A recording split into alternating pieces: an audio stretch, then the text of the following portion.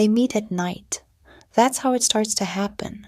Not as an accident anymore, but as a rhythm.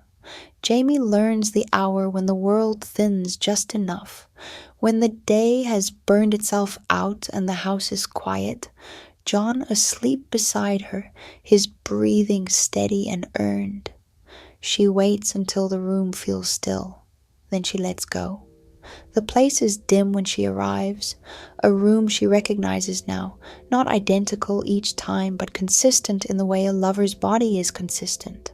Low light, warm shadows, a sense of enclosure that feels intentional, like privacy designed rather than stumbled into. There's a bed, always a bed. Sheets slightly rumpled, as if someone has already been waiting. Ryan stands near the window, the city glowing faintly behind him. He's barefoot. His shirt is unbuttoned, careless in a way that feels practiced. When he turns toward her, his gaze moves over her slowly, not assessing, not surprised. Hungry. "You're late," he says. She exhales, smiling despite herself. "You're not supposed to keep track." "I don't," he replies. "I just know when you're gone." The words slide under her skin. Jamie crosses the room without thinking.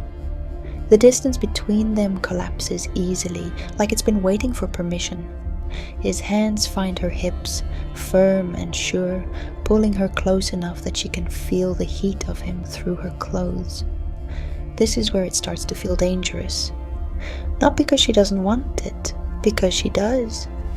Ryan kisses her like he already knows how she responds. Slow at first, coaxing, his mouth lingering just long enough to make her ache.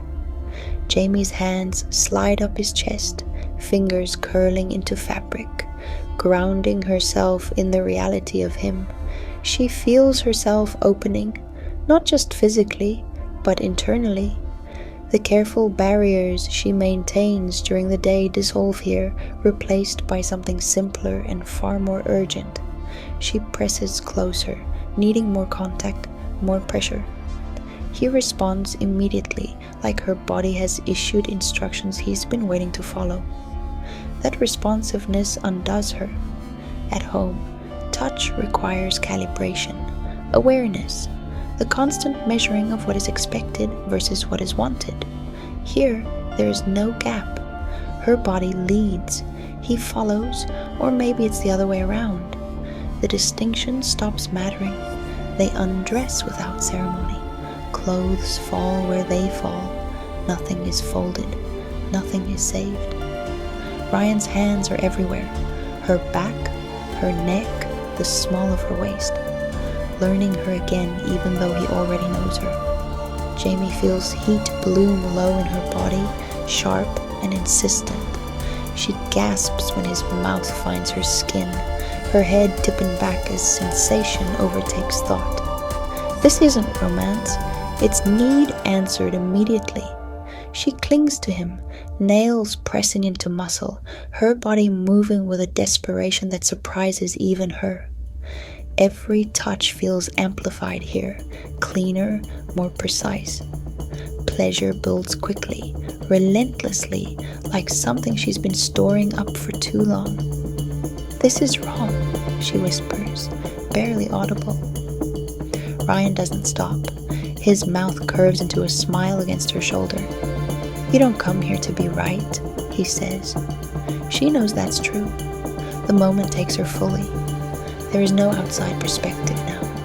No observer standing back to judge. Just heat and friction and the overwhelming relief of being met exactly where she is. Jamie gives herself to it without reservation. When release finally comes, it does so powerfully, her body shuddering, breath breaking free in a sound she doesn't recognize as her own. She buries her face against Ryan's neck, her body trembling as the intensity ebbs into something heavy and languid.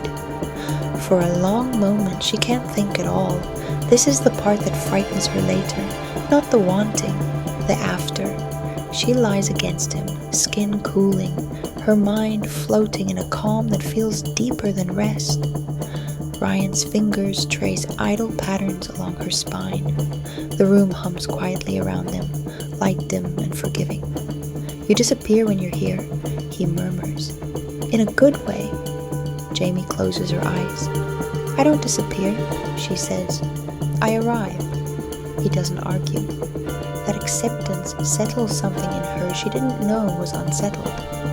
Eventually, something pulls at her. A faint resistance, like pressure building at the edge of a sealed space.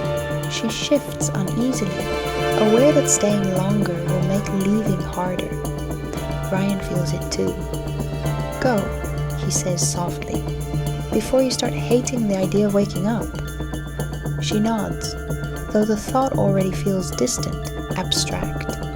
When the room releases her, it does so reluctantly.